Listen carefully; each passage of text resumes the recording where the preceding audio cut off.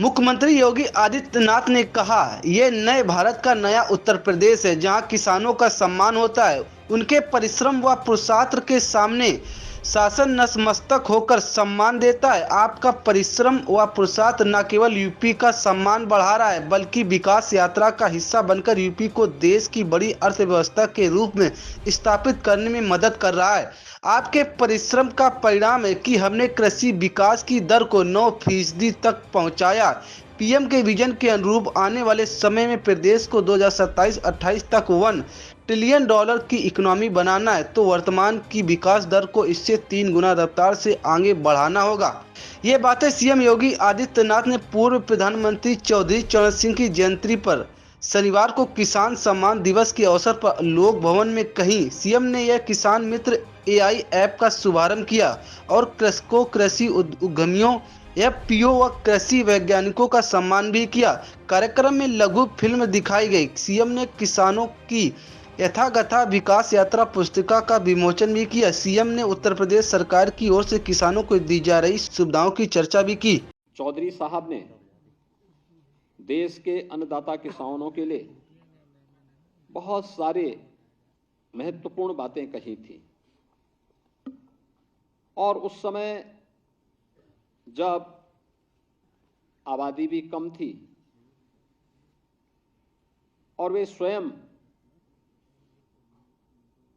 उन्होंने स्नातकोत्तर की पढ़ाई लॉ से की थी, लेकिन किसान और कृषि पृष्ठभूमि होने के नाते उनका बहुत सारे मुद्दों पर बहुत स्पष्ट था और स्पष्ट राय थी कि जब तक किसान गरीब रहेगा भारत अमीर नहीं हो सकता। ये चौधरी साहब की बातें थी। ग्रामीण भारत ही असली भारत है।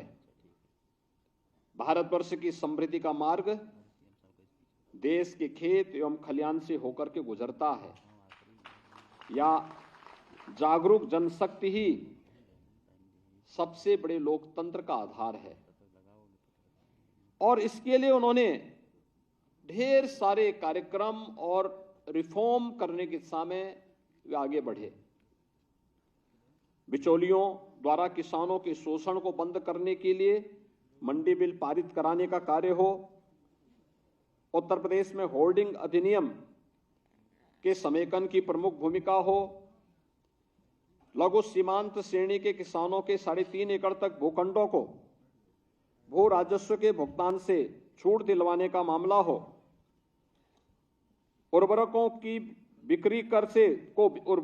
को बिक्री कर से मुक्त कराने का मामला हो, या काम के बदले अनाज कार्यक्रम की शुरुआत हो, या फिर राष्ट्रीय कृषि ग्रामीण विकास बैंक की स्थापना जैसे महत्वपूर्ण ऐसे कार्य थे जो चौधरी साहब ने अपने समय में किसानों के साथ जुड़ करके अन्नदाता किसानों के जीवन में व्यापक परिवर्तन करने के अभियान को आगे बढ़ाया था। और ये हमारा सौभाग्य है कि सन 2001 में जब भारतीय जनता पार्टी की सरकार ही प्रदेश में कार्यरत थी, उस दौरान चौधरी साहब के इन सपनों को जमीनी धरातल पर उतारने के लिए